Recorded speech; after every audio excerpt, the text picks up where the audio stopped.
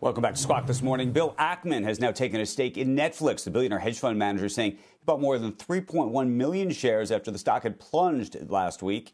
That makes him a top 20 shareholder. In a tweet just yesterday, Ackman said, quote, "I have long admired Reed Hastings and the remarkable company he and his team have built.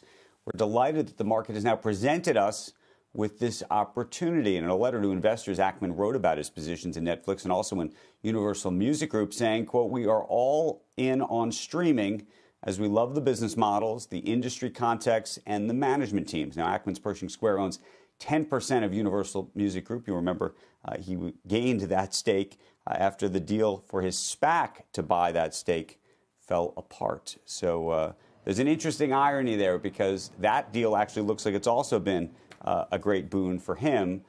Could have been a boon for SPAC investors. You know, we talk about all the SPACs that have not done so well. That one probably would have. And here the SEC, was the SEC protecting the little guy against making some money finally. Bill could have gotten in on Netflix for 10% of where it is even after the sell-off if he wasn't playing around with JCPenney. I mean, if in a lot of those other crappy plays. So, I mean, he had a chance to buy Netflix just like the rest of us all along 5 years ago, 6, 7 years ago. So now what's he paying? He's paying, it's still up 10 times what it was when he's passing out those little buttons that said, I don't know.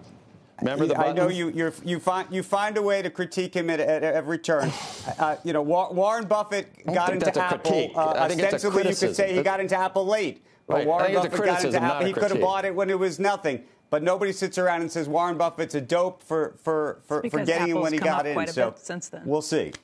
That's my point. In hindsight, Warren Buffett looks pretty smart for what he did. We'll see what happens with exactly. this Netflix but that's the point.